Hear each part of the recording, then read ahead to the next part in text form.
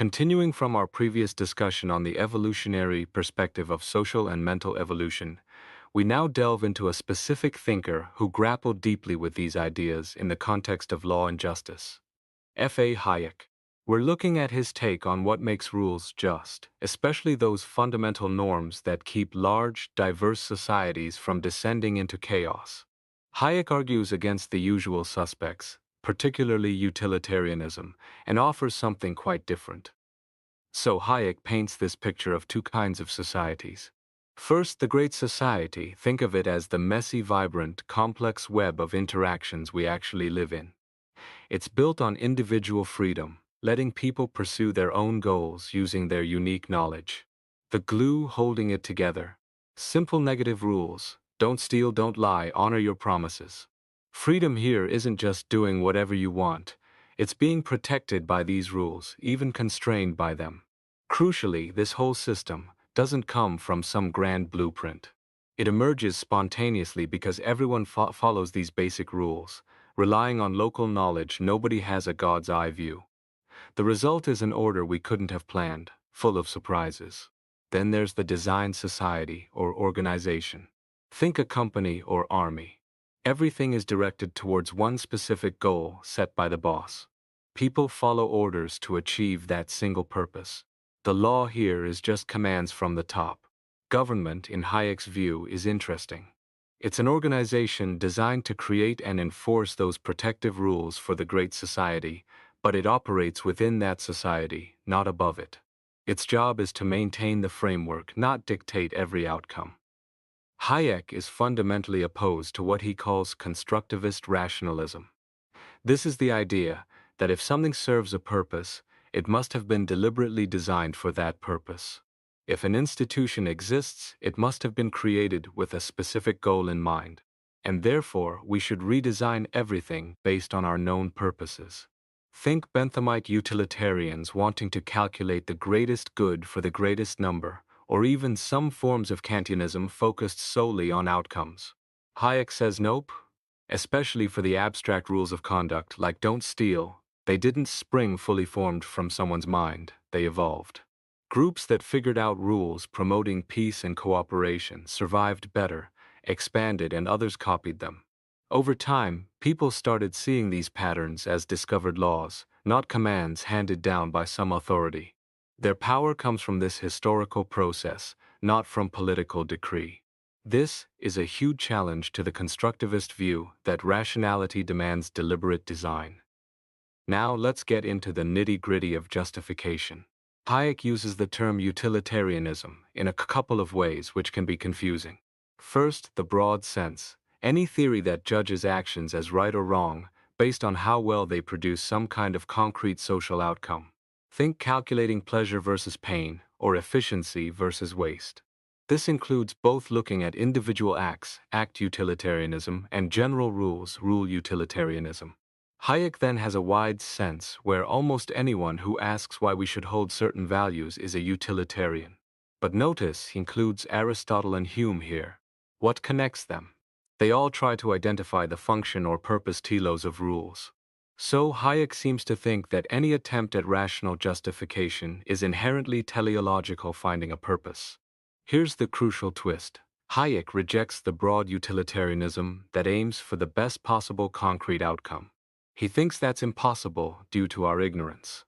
However, he does accept the wide sense, meaning he believes rules need a justifying purpose. His solution is a non-utilitarian teleological justification. He finds a purpose for the rules, but it's not about maximizing some measurable social product. It's something else entirely. Let's start with the easiest target, act utilitarianism. This is the idea that for every single action, you figure out all the possible consequences and pick the one that leads to the best overall outcome. Hayek tears this apart on two fronts. First, the big one, normative ignorance. We simply cannot rationally compare different concrete outcomes. Can you really say whether preventing one person's death is more valuable than creating $1 million worth of wealth?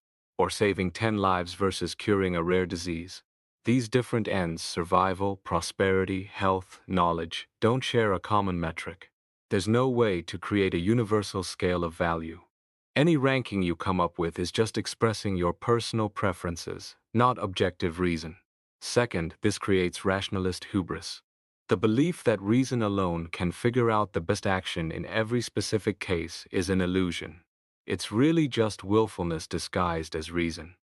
Hayek points to Keynes admitting he and his friends were immoralists, ready to break any rule if it seemed beneficial in a specific situation. Hayek argues this leads directly to undermining all principles, because why bother with general rules if you can just calculate the best case-by-case outcome? Okay, maybe act utilitarianism is too simplistic. What about rule utilitarianism proper? This version says, okay, let's not judge every single action. Let's instead figure out which set of general rules would lead to the best overall social outcome if everyone followed them. Then we follow those rules. Sounds reasonable, right? Hayek says, nope, same problem. First, factual ignorance. Even if we could agree on the best outcome, can we predict what society would look like if we adopted, say, rule set X versus rule set Y? Hayek says almost certainly not. The complex interactions are just too unpredictable. Most effects are unforeseen. Second, even if we could predict the outcomes, we still hit the normative ignorance wall. How do we rank those predicted outcomes? Which concrete social world is better? As we discussed, we lack the common scale of values needed to make that comparison rationally. So, rule utilitarianism proper, despite its sophistication, still relies on the very kinds of knowledge claims Hayek says we demonstrably lack. Now there's another flavor often called indirect utilitarianism. This one acknowledges the problems with constantly calculating everything. It basically says, look, trying to figure out the best action for each specific case is too hard, costly, and prone to error. It's usually smarter to just follow standard moral rules like respecting freedom, honesty, etc., because that tends to lead to the best overall results most of the time. Hayek looks at this and says, still stuck in the same trap. Why? Because it still relies on factual predictions about what happens when we follow rules, and normative judgments about what's best. It just assumes these standard norms are the best bet, without providing a rational basis for that assumption given our ignorance. Hayek's deeper point is that appealing to expediency, even indirectly, undermines principles. If you only follow a rule because it usually works out, what happens when it doesn't seem to work out in a specific case? You'll be tempted to break it. Principles need to be respected for reasons beyond mere calculation. Hayek concludes that we need belief in certain general values, even if we can't prove they lead to the best specific outcomes.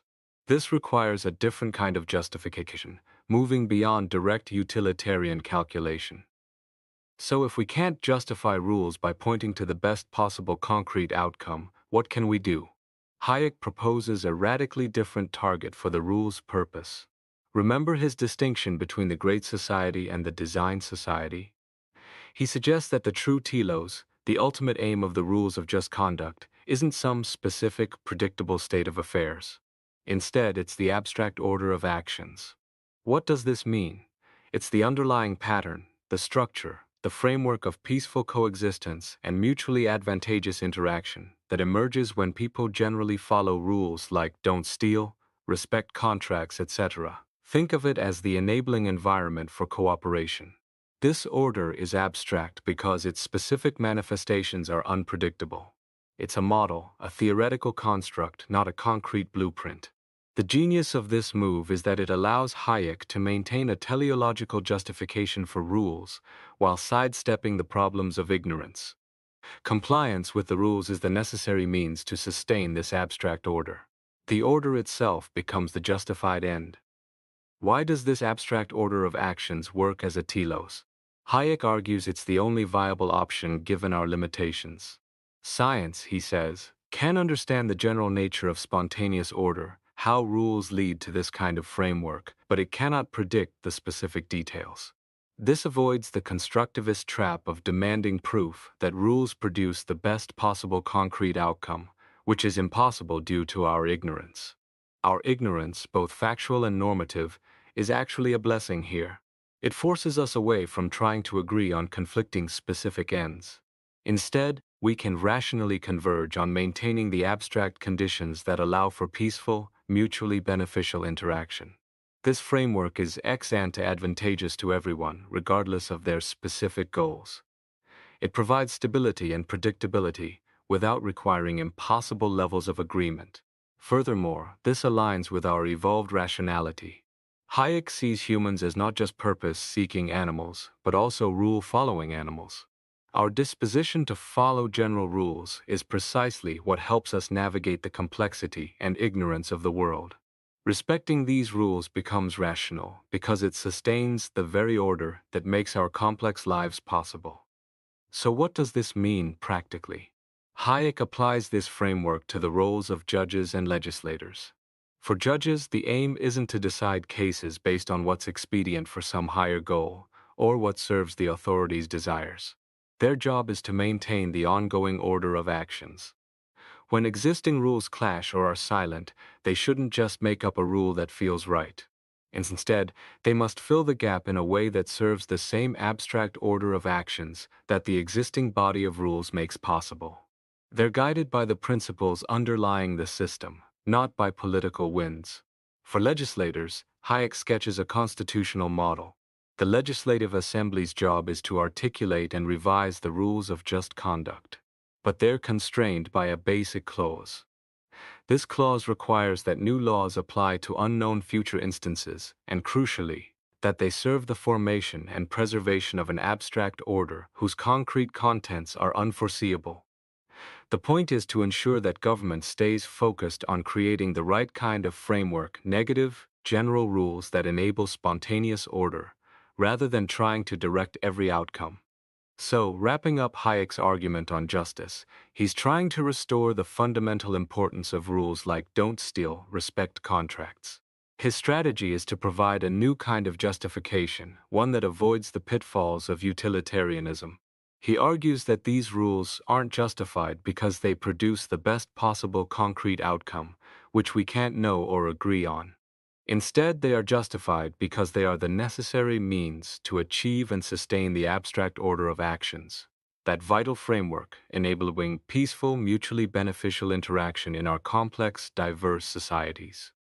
This provides a rational foundation for upholding liberty and the rule of law, recognizing the limits of our knowledge and the power of spontaneous social order.